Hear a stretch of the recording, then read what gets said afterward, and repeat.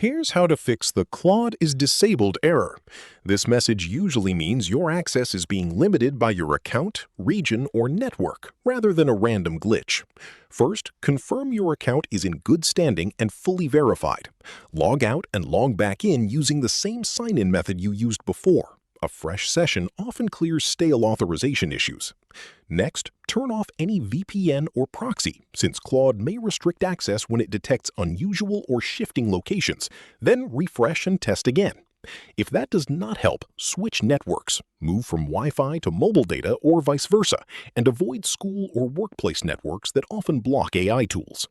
Clear your browser cache and cookies by pressing Ctrl-Shift-Delete, selecting cookies and cache files, then clearing the data and restarting your browser.